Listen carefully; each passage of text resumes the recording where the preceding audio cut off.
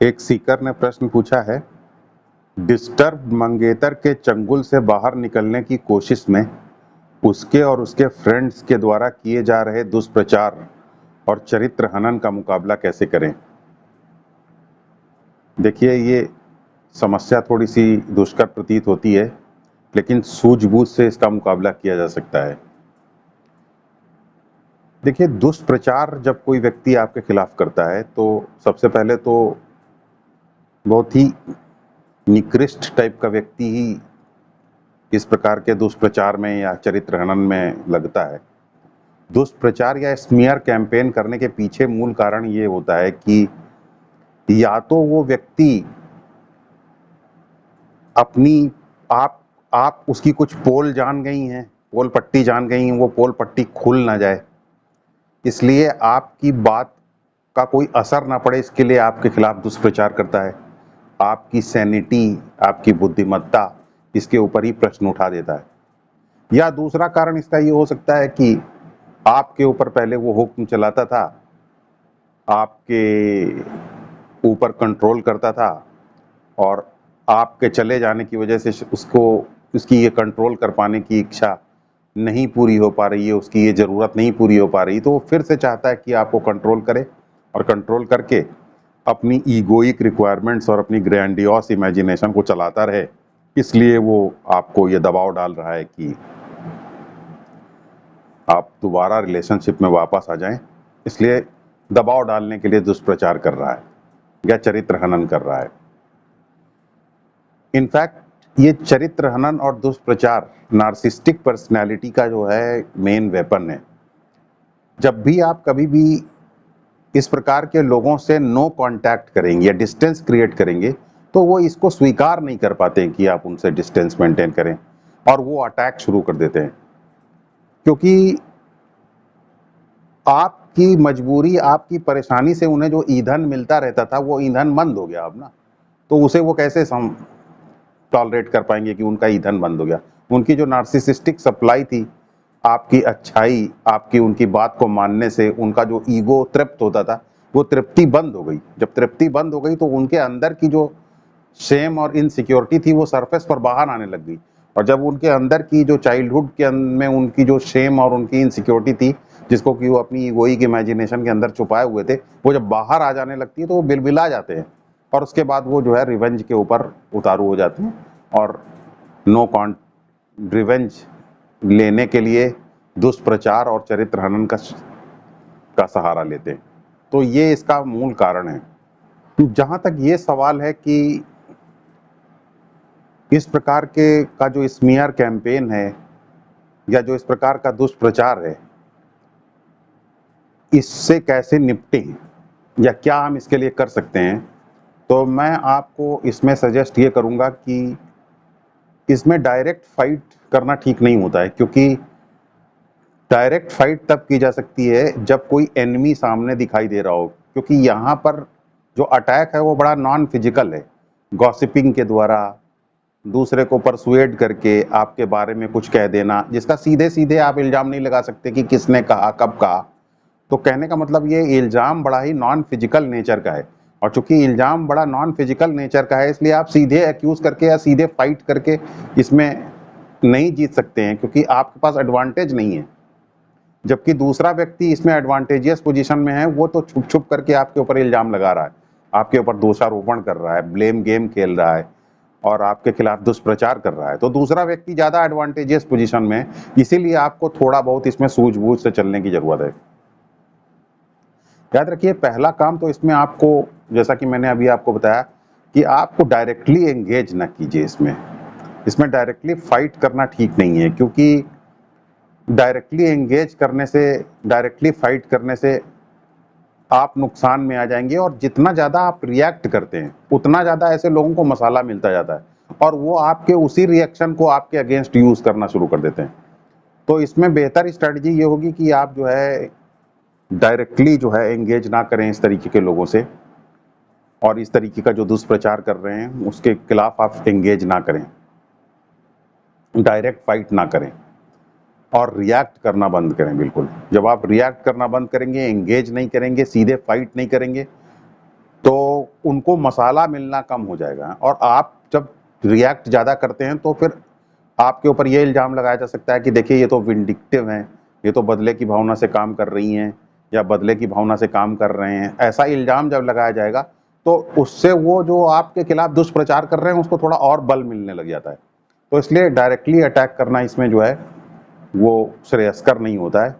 तो पहली बात तो डायरेक्टली एंगेज करना बंद करें। दूसरी चीज, दुष्प्रचार या स्मीयर कैंपेन के दौरान जो चीज की जा सकती है वो ये है कि आपको थोड़ा सा सिलेक्टिव होना पड़ेगा कि आप किस चीज पे रिएक्ट करें और किस चीज पर रिएक्ट ना करें। देखिए बहुत सारी चीजें होती हैं जिसके ऊपर कुछ नहीं कहा जा सकता। जैसे मैं मान लीजिए कि आपको कह दूं कि आप पागल हैं या आप मानसिक रूप से बीमार हैं, तो इसमें आप क्या कर सकते हैं? अगर आप जितना ज्यादा चिल्लाएंगे उतना ही ज्यादा ये कंफर्म होता जाएगा कि आप पागल हैं या मानसिक रूप से बीमार हैं। तो ऐसे इल्जाम के खिलाफ कुछ भी बोलना ठीक नहीं है। आप ऐसे इल्जाम में आपका चुप रहना ही ठीक है। तो जब आप ऐसे इल्जाम के ऊपर रिएक्ट नहीं करते हैं तो क्या होता है, इल्जाम की कमर टूट जाती है, उसका जो स्टिंग होता है वो खत्म हो जाता है।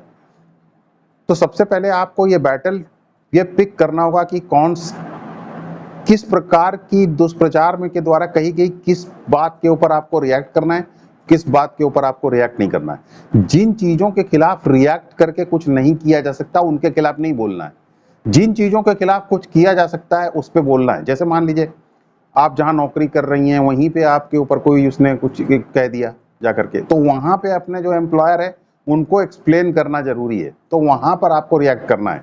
लेकिन आपके ऊपर उल्टे सीधे इल्जाम लगा रहा है जो कि जिसको प्रूव नहीं किया जा सकता, उन इल्जामों में तो आपको जो है बैलेंस्ड वे में एक्ट करने से ही आप जो है उस तरीके के इल्जामों को खत्म कर सकती हैं। तो आपको बैलेंस्ड वे में एक्ट करना है, अपनी बैटल को हमेशा चूज करना है कि किस चीज के खिलाफ आपको लड़ना है, किस चीज के खिलाफ नहीं लड़ना है। ये बहुत ही इंपॉर्टेंट होता है दुष्प्रचार जब हो रहा हो तब उसके खिलाफ चलने में। तीसरी चीज ये है कि जो व्यक्ति दुष्प्रचार कर रहा है उस दुष्प्रचार करने वाले व्यक्ति के ऊपर कभी भी अटैक ना करिए। हमेशा अटैक वो जो बात कह रहा है उसके ऊपर करिए। तो जब आपका फोकस व्यक्ति के ऊपर नहीं होगा बल्कि उसके द्वारा कही गई बात के ऊपर होगा तो आप बहुत ज्यादा एडवांटेजियस पोजीशन में होंगे। इसका कारण यह है क्योंकि जब आप उस व्यक्ति के ऊपर अटैक करते हैं जो बोलता है, तो फिर जैसा मैंने अभी आपको कहा, आपको तुरंत साबित कर दिया जाएगा कि आप तो विंडिक्टिव हैं, रिवेंजफुल हैं, पागल हैं। लेकिन जब आप व्यक्ति के ऊपर नहीं फोकस करते हैं, व्यक्ति के लिए माइल्ड एटीट्यूड बनाए रखते हैं, पोलाइट एटीट्यूड बनाए रखते हैं, उसके द्वारा जो कही गई बात है सिर्फ उसके ऊपर फोकस करते हैं, तो फिर आप एक एडवांटेजियस पोजीशन में आ जाते हैं। तब आपके बिहेवियर को की सैनिटी को क्वेश्चन नहीं किया जा सकता, आपकी बुद्धिमत्ता को क्वेश्चन नहीं किया जा सकता। इससे धीरे धीरे चीजें बदलना शुरू हो जाती हैं। फिर आपको एक चीज याद रखनी है कि इस तरीके के जो नार्सिसिस्टिक व्यक्ति होते हैं ये अपनी कमियां दूसरे के ऊपर प्रत्यारोपित या प्रोजेक्ट कर पाते हैं। जैसे मान लीजिए ये आपका पीछा कर रहे हैं तो ये आपके ऊपर इल्जाम लगा देंगे कि आप इनका पीछा कर रही हैं, या ये आपको बदला लेकर के डिस्ट्रॉय करना चाहते हैं तो ये आपके ऊपर ये इल्जाम लगा देंगे कि आप इनको बदला लेकर के डिस्ट्रॉय कर रही। तो इस प्रकार ये जो खुद कर रहे होते हैं उसका इल्जाम आपके ऊपर लगा देते हैं, प्रोजेक्ट आपके ऊपर कर देते हैं। ऐसे में बड़ा असहनीय हो जाता है इस चीज को, इस प्रकार के दुष्प्रचार को सह पाना। तो उसमें आपको सबसे पहले तो ये करना है कि आपको अपने सेल्फ को और उसकी ऑथेंटिसिटी को मेंटेन करना है। अपने आप को आपको जानना है। जब आप अपने आप को जानेंगे तो अपने आप को जानते हुए जब आप चलेंगी तो आप ये जानेंगे कि ये प्रोजेक्शन का शिकार है, अपनी कमियों को दूसरे के ऊपर प्रोजेक्ट करता है, इसलिए आप उसके द्वारा लगाए गए इल्जाम को सीरियसली नहीं लेंगी और ये हमेशा जानती रहेंगी कि वो ऐसा करके अपने बारे में कुछ बता रहा है, आपके बारे में नहीं बता रहा है। तो ये बहुत ही इंपॉर्टेंट है। जब आपके ऊपर इस तरीके का कोई इल्जाम लगाए और अपनी कमियों को आपके ऊपर बताए और आप उस पर रिएक्ट ना करें, आप ये जाने कि ये आपकी कमी नहीं बल्कि वो अपनी कमी बता रहा है, रिएक्ट ना करें, उसको हंस के थोड़ा सा टाल दें, तो कुछ ही दिन बाद लोगों को भी ये पता चल जाता है कि ये झूठे आरोप लगाए जा रहे हैं। तो इस प्रकार आपको चलना है। फिर दुष्प्रचार या स्मीयर कैंपेन जब किसी व्यक्ति के खिलाफ चल रहा हो तो उसको थोड़ा सा प्रोफेशनल एटीट्यूड बना करके चलना चाहिए, बड़ा ऑब्जेक्टिव बिहेवियर रखना चाहिए। ऑब्जेक्टिव बिहेवियर से मेरा तात्पर्य यह है कि कोई भी आपको अननेसेसरी बात नहीं करना चाहिए, आपको कोई भी ऐसा कमेंट नहीं करना चाहिए जो अननेसेसरी हो, गैर जरूरी बात नहीं करना चाहिए। दूसरी बात, आपको किसी चीज, कोई आपके खिलाफ जो दुष्प्रचार हुआ है उसके अगेंस्ट बहुत ही इमोशनल वे में आपको बात नहीं करना चाहिए, इमोशन लेस होकर के बात करना चाहिए। और तीसरी चीज, बड़ा इलेबोरेट डिफेंस नहीं करना चाहिए, आपको बहुत ज्यादा इलेबोरेट वे में बात नहीं करना चाहिए, थोड़ा ब्रीफ रहें, बहुत कम शब्दों में इमोशन लेस होकर के अपनी बात को रखें, और वो भी सिर्फ उन इल्जामों में जो कि आप समझते हैं बहुत ज्यादा जिनके खिलाफ बोला जा सकता है। आवश्यकता पड़ने पर ही आप इस तरीके से थोड़ा सा प्रोफेशनली और ऑब्जेक्टिवली आप रिटॉर्ट करें, तो आप आसानी से जो है इसको मैनेज कर सकते हैं। फिर दुष्प्रचार के दौरान आपको ये भी देखना होता है कि बहुत सारे लोग होते हैं जो आपके कॉमन कॉन्टैक्ट्स होते हैं, जो आपके और दुष्प्रचार करने वाले व्यक्ति के कॉमन फ्रेंड्स हैं। तो वो कॉमन फ्रेंड्स जो हैं वो अक्सर प्रॉब्लम पैदा करते हैं, क्योंकि वो साइड लेना शुरू कर देते हैं, और जब वो साइड लेना शुरू कर देते हैं तो वो एक तरीके के आपकी इंफॉर्मेशन निकालने का काम करते हैं, यानी वो उसके सैटेलाइट की तरीके से एक्ट करने लग जाते हैं। तो आपको कॉमन कॉन्टैक्ट्स को धीरे धीरे कम करते जाना है। जो कॉमन फ्रेंड्स हैं उनमें उनको लेकर के आपको बड़ा सतर्क रहना है, क्योंकि ये जो कॉमन फ्रेंड्स होते हैं ये प्रॉब्लम क्रिएट करते हैं। इनफैक्ट इस तरीके के जो कॉमन फ्रेंड्स होते हैं ये सबसे ज्यादा प्रॉब्लमैटिक होते हैं। जैसा कि इस केस में आपने लिखा है कि उसके जो साथी हैं, जो फ्रेंड्स हैं, वो भी दुष्प्रचार में लगे हुए हैं, तो बिल्कुल ये काफी परेशानी पैदा कर सकते हैं। जब साथी भी मिल जाते हैं तो वो तो इसका मतलब जो मेन एक्यूज्ड है वो तो चुपचाप साइलेंट है, वो तो थर्ड पार्टी की तरीके से चुप बैठा हुआ है। ये जो साथी हैं ये जो है दुष्प्रचार में लग गए, और ये साथी भी जो है कई तरीके के हो सकते हैं। हो सकता है कि आपके परिवार में ही कुछ लोगों को वो कन्विंस कर दे। इस तरीके के जो नार्सिसिस्टिक लोग होते हैं ये इस तरीके के अपना काम निकालने वाले लोगों को भी रिक्रूट करते रहते हैं। मैं आपको बताऊं, 1939 में एक फिल्म आई थी, उस फिल्म का नाम था, अमेरिकन फिल्म थी, उस फिल्म का नाम था द विजार्ड ऑफ ओजी। उसमें एक लड़की है, उसका नाम है डॉरथी। डॉरथी एक बड़ी सिंपल और अच्छी लड़की है, और वो एक उस फिल्म की एक विलेन है, उसका नाम है the witch of the west. तो विच जो है वो डॉरथी को डिस्ट्रॉय करना चाहती है, और डिस्ट्रॉय करने के लिए वो जिन लोगों को रिक्रूट करती है, जिन लोगों को भेजती है, वो फ्लाइंग मंकीज होते हैं, उड़ते हुए बंदर। तो फ्लाइंग मंकीज का पूरी टीम होती है जो डॉरथी के ऊपर अटैक करती है, और वो विच ऑफ द वेस्ट से अनकंडीशनल इंस्ट्रक्शंस लेती है, यानी पूरी तरीके से वो विच ऑफ द वेस्ट के द्वारा कन्विंस्ड होती है और अनकंडीशनल इंस्ट्रक्शंस लेकर के उसके ऊपर अटैक करती है, एकदम उसके नौकर की तरीके से काम करती है। और उसका जो हेड मंकी होता है जिसका नाम होता है निक्को, वो निक्को जो है पूरा अनकंडीशनल सरेंडर कर देता है, विच ऑफ द वेस्ट की सारी बात मानता है, और जितना witch of the west Dorothy को डिस्ट्रॉय करना चाहती है उतना ही वो भी डिस्ट्रॉय करना चाहता है। तो प्रैक्टिकल साइकोलॉजी में ये जो विंग्ड मंकीज हैं, यहीं से एक टर्म लिया गया है फ्लाइंग मंकीज, ऐसे लोगों के लिए। तो ये जो उसके साथी हैं जो दुष्प्रचार कर रहे हैं, स्मीयर कैंपेन करने में लगे हुए हैं, ये वही फ्लाइंग मंकीज है। तो फ्लाइंग मंकीज को रिक्रूट करने का काम ये नार्सिसिस्ट करता है। जो आपका मंगेतर है पुराना, वो उसका काम यही है, उसने इन लोगों को रिक्रूट किया। अब रिक्रूट करने का तरीका क्या है? जैसे आपके परिवार में से भी इस तरीके के लोगों को रिक्रूट किया जाता है। तो सबसे पहले इस तरीके के लोग होते हैं जो आपके आसपास के रिलेटिव्स, अपने रिलेटिव्स, सबको एक ग्रूम करना शुरू कर देते हैं ऐसी सिचुएशन में। अब कैसे उनकी ग्रूमिंग करते हैं? जैसे मान लीजिए कि सब आपका नाम लता है, तो ये सबसे पहले बोलेंगे कि भाई लता तो जो है बहुत ही अच्छी लड़की है। अब जैसे ही वो बोलेंगे बहुत ही अच्छी लड़की है, she has a heart of gold, तो आपके परिवार, आपके फ्रेंड्स में से कोई ना कोई ये कह ही देगा कि नहीं, ऐसी कोई बात नहीं है। क्योंकि देखिए सबके अंदर ब्लैक्स और व्हाइट्स तो होते ही हैं। तो जो ये बोलने लगेगा कि नहीं ऐसी बात नहीं है, इसका मतलब वो आपसे कुछ नाराजगी रखता है, इसका मतलब उसको रिक्रूट किया जा सकता है एज ए फ्लाइंग मंकी। तो वो उसको चारा डालने लगेगा और अपनी तरफ फंसाना शुरू कर देगा। फिर धीरे धीरे वो इस तरीके के लोग क्या काम करते हैं कि जब ऐसे फ्लाइंग मंकीज को रिक्रूट कर लेते हैं तो फिर चारा डालना शुरू कर देते हैं कि देखिए भाई ऐसा है, लता जो है वो ऐसे तो बड़ी अच्छी स्टोरी टेलर है, बड़ी अच्छी कहानी सुनाती है, लेकिन ये बात समझ में नहीं आती कि कब वो सच बोल रही है और कब झूठ। यानी आपके ऊपर आप शक पैदा करना शुरू कर दी। तो ये जो आपको शक में डाल रहे हैं, आपके ऊपर शक पैदा कर रहे हैं, ये इसीलिए शक पैदा कर रहे हैं कि बाद में जब आपके ऊपर उल्टे सीधे इल्जाम लगाएं तो उनके ऊपर कोई शक ना करे या आपकी बात पर कोई भरोसा ना करे। तो इस तरीके से फ्लाइंग मंकीज को रिक्रूट कर लेते हैं। अब ये फ्लाइंग मंकीज कोई भी हो सकते हैं, उसके फ्रेंड्स भी हो सकते हैं, जो भी जिसको भी कन्विंस कर ले, वो आपके रिलेटिव्स हो सकते हैं, उनके फ्रेंड्स हो सकते हैं, या कुछ लोग तो ऐसे होते हैं जो आपके से चिढ़े हुए हैं, मौके का फायदा उठा करके आपका विरोध करना शुरू कर देते हैं। वो ऐसे लोगों को कहते हैं अनरिक्रूटेड फ्लाइंग मंकीज, और बस ये आपके खिलाफ दुष्प्रचार करने में लग जाते हैं। जैसे ही आपका वीक पॉइंट आया, बस ये दुष्प्रचार में करने में लग गए।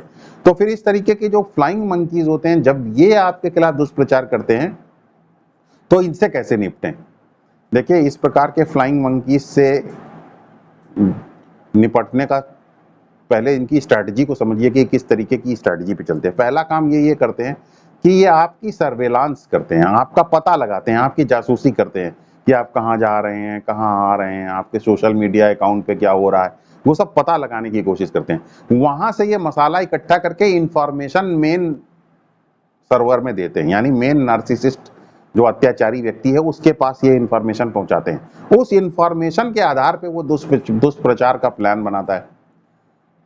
तो ये इन फ्लाइंग मंकीज की जो मेन स्ट्रेटजी होती है दुष्प्रचार करने की, उसमें सर्विलांस के द्वारा इंफॉर्मेशन कलेक्ट करना और उस इंफॉर्मेशन को वहां पहुंचाना मेन आदमी के पास, ये सबसे इंपॉर्टेंट उसकी स्ट्रेटजी होती है। अब आपको बस ये काम करना है कि आपकी सर्विलांस करने वाले जो ये फ्लाइंग मंकीज हैं, यानी उसके जो साथी हैं, उनको कम से कम इंफॉर्मेशन हाथ लगे, इसको ध्यान रखना है। तो आप जो कॉमन फ्रेंड्स हैं, वो अगर आपसे आपके बारे में इंफॉर्मेशन मांगते हैं, ज्यादा बात करते हैं, आपके बारे में बहुत कुछ पूछते हैं, तो आप बताइए मत, या आप इधर उधर की बातें कीजिए। पर्सनल इंफॉर्मेशन रिवील मत कीजिए, सेंसिटिव इंफॉर्मेशन रिवील मत कीजिए कि आप कहाँ काम कर रही हैं, आप कहाँ आती जाती हैं, किससे मिलती हैं, ये सब इंफॉर्मेशन आप रिवील मत कीजिए। क्योंकि जब आप इस तरीके की इंफॉर्मेशन रिवील करेंगी तो वो उसी इंफॉर्मेशन को यूज करके आपसे बदला लेंगे, आपके खिलाफ दुष्प्रचार करेंगे, स्मीयर कैंपेन में लग जाएंगे।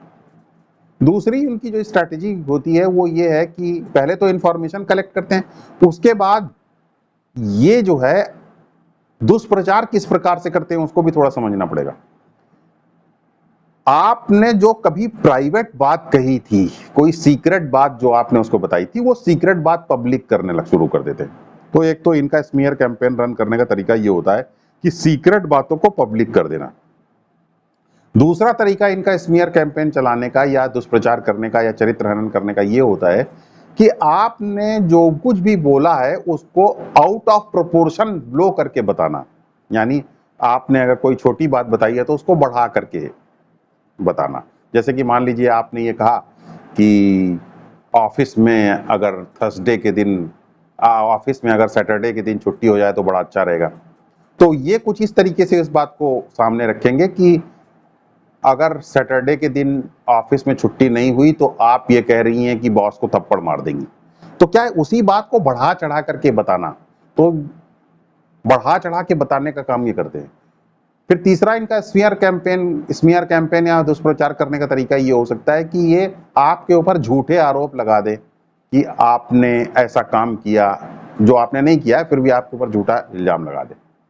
तो आपको ये जो इनका स्मीयर कैंपेन करने का तरीका है, इस स्मीयर कैंपेन को फ्लाइंग मंकीज के द्वारा जो स्मीयर कैंपेन करने का तरीका है, इसको थोड़ा सा आपको डील करने में आपको काफी इंटेलिजेंस का और सूझबूझ का इस्तेमाल करना चाहिए।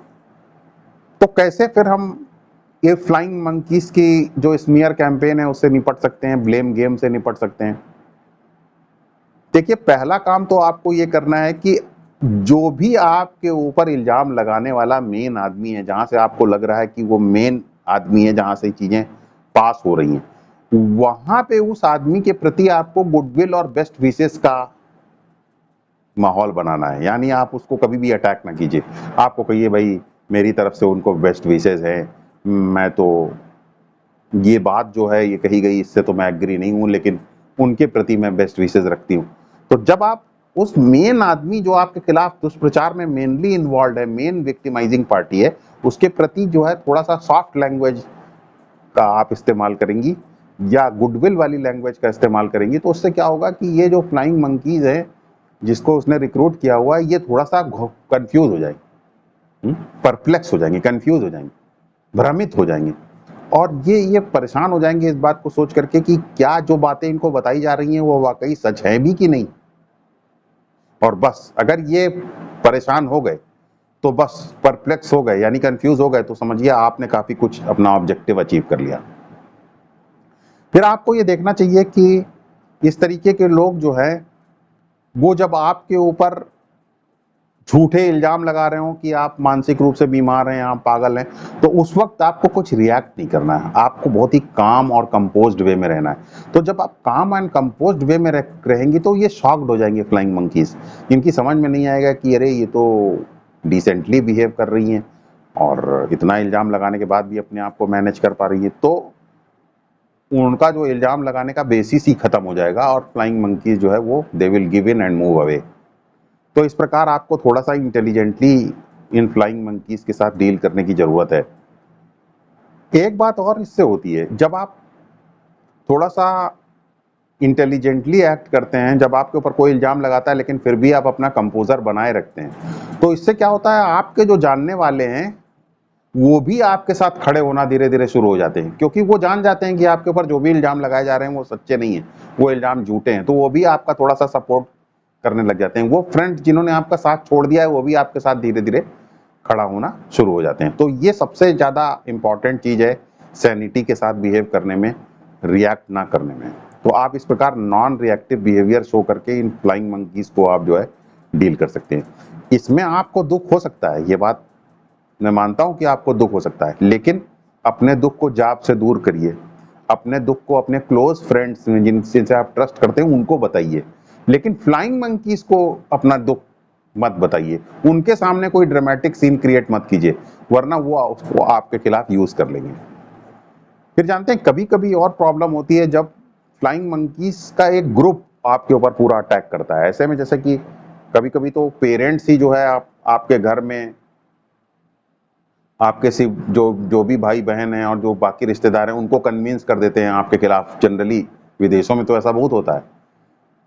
तो सब सारे जितने फ्लाइंग मंकीज हैं मिलके आपके ऊपर अटैक कर देते हैं, आपको बताना शुरू कर देते हैं ऐसा करना है, ये ऐसा करना। तो वो व्यक्ति आपके साथ ऐसा भी कर सकता है कि वो फ्लाइंग मंकीज के पूरे ग्रुप को आपके पास भेज दे और वो लगातार आपको बताते रहें कि देखिए आपको ऐसा करना चाहिए, आपने ये गलत किया, आपको ऐसा करना चाहिए, आपको वैसा करना चाहिए।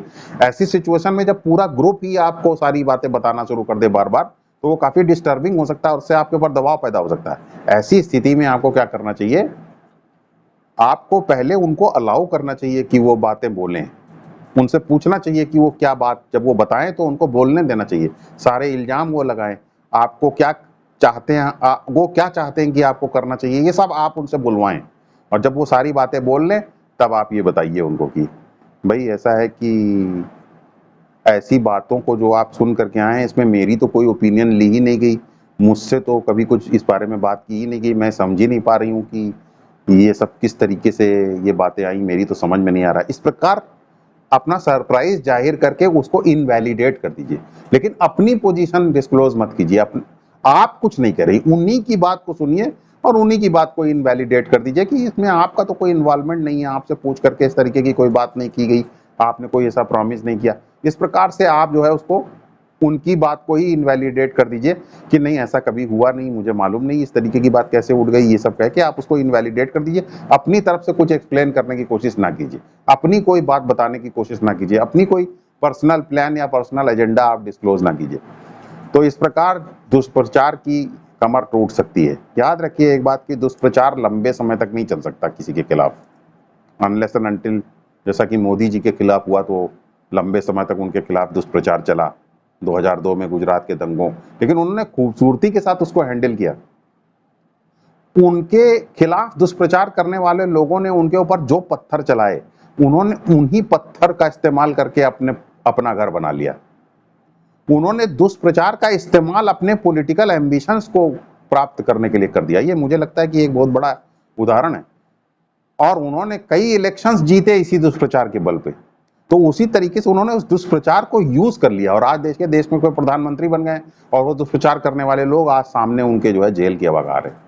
तो इसी प्रकार जो है दुष्प्रचार को करने वाले के ऊपर पत्थर मारना ठीक नहीं है, क्योंकि दुष्प्रचार करने वाला तो हमेशा छुपा रहता है। तो आप उसके ऊपर पत्थर मारेंगे तो वो दूर से ही आपको साबित कर देगा कि आप पागल हैं, पत्थर चला रहे हैं। लेकिन आप ये जरूर कर सकते हैं कि उसके द्वारा चलाए गए पत्थर का इस्तेमाल करके आप खुद अपने घर की दीवार मजबूत कर सकते हैं, जैसा कि मोदी जी ने किया। तो यही आपको करना है। उसके द्वारा जो चलाए गए पत्थर हैं, उन चलाए गए पत्थरों को इकट्ठा करके अपना मजबूत घर कर लेना। याद रखिए, अमूमन ऐसा देखा गया है कि इस प्रकार के दुष्प्रचार बहुत लंबे समय तक नहीं चलते हैं। तो अगर ये थोड़े समय तक चल रहे हैं और आप सैनिटी के साथ, ऑब्जेक्टिविटी के साथ, बुद्धिमत्ता के साथ, सूझबूझ के साथ इस प्रकार के व्यवहार को डील करें, तो इसके असर को ना सिर्फ खत्म किया जा सकता है, बल्कि दूसरे लोग जो भी आपके साथ आ सकते हैं, आपका साथ दे सकते हैं, और आपके ऑब्जेक्टिव बिहेवियर, आपकी बुद्धिमत्ता को ध्यान में रखते हुए आपको इस परेशानी से मुकाबला करने में मदद कर सकते हैं।